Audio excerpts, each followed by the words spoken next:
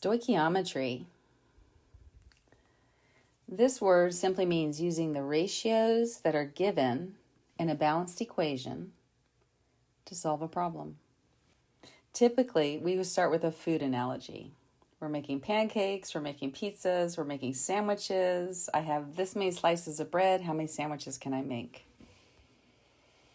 There is an assumption when we first start out, and that is that you have enough of the other ingredients. So the question typically starts with you are given some amount of a reactant, and you are asked to find some amount of the product. But it doesn't have to be a reactant and product. So the stoichiometry idea is you're given some moles of hydrogen, and there is a coefficient in front of hydrogen. You're asked to find some moles of ammonia, and there is a coefficient in front of ammonia. And the stoichiometry step is recognizing that 3 moles of hydrogen are required for every 2 moles of ammonia that are produced.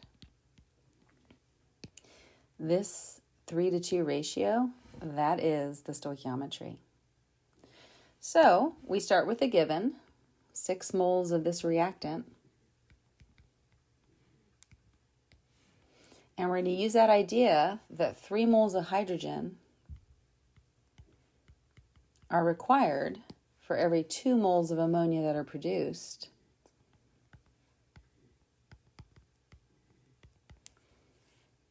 Moles of hydrogen cancels, and we end with 4 moles of ammonia could be produced, in theory, if we started with 6 moles of hydrogen.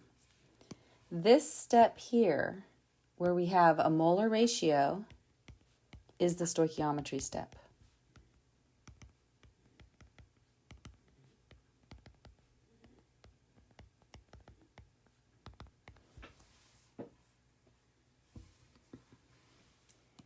The question doesn't always have to be, this much reactant gives this much product. We can use any of the relationships that are given in the balanced equation to answer questions. For nitrogen here, there is a 1 implied. And so we understand that 1 mole of nitrogen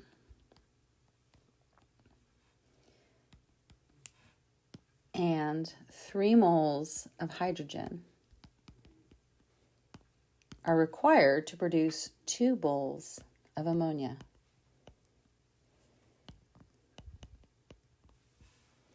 So there are several relationships given here. We could say there is a 1-to-3 relationship between nitrogen and hydrogen. There is a 3-to-2 relationship between hydrogen and ammonia. And there is a 1-to-2 relationship between nitrogen and ammonia. So this ratio, 1-to-3-to-2, is the ratio given in the balanced equation. And we can use that to answer any of the questions that are presented. For example, given 6 moles of hydrogen, how many moles of nitrogen are required? So I'm going to start with a given, which is 6 moles of one reactant. I'm going to use a relationship between that reactant and the other reactant to answer the question. 3 moles of hydrogen are required anytime 1 mole of nitrogen is required. Moles of hydrogen cancel, moles of nitrogen remain, and the answer is 2 moles of nitrogen are required to react with 6 moles of hydrogen. So the question doesn't have to be reactant to product. It can be anything within the balanced chemical equation.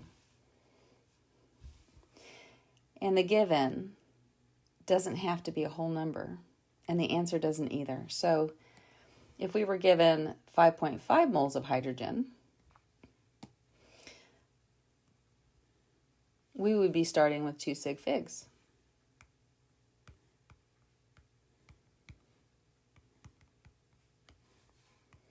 The question is asking how many moles of ammonia can be produced. And so the ratios here are 3 hydrogens for every 2 ammonias. 3 moles of hydrogen are required every time 2 moles of ammonia are produced. The starting amount has limited sig figs.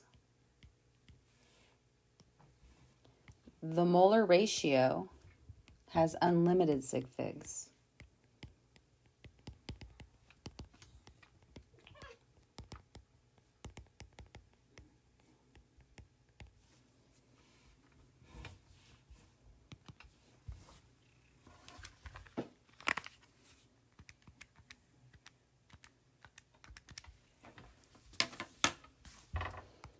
And the answer given on the calculator needs to be rounded to the sig figs given in the initial quantity, which is 5.5, 2 sig figs. I'm going to round to 2 sig figs. My answer is 3.7 moles of ammonia can be produced if we start with 5.5 moles of hydrogen with the assumption that there is enough nitrogen. Stoichiometry is about the ratio of reactants to products. So we have, for every 1 mole of nitrogen,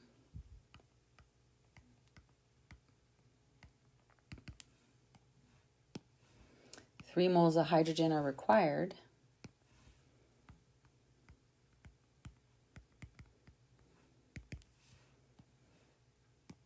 And 2 moles of ammonia can be produced.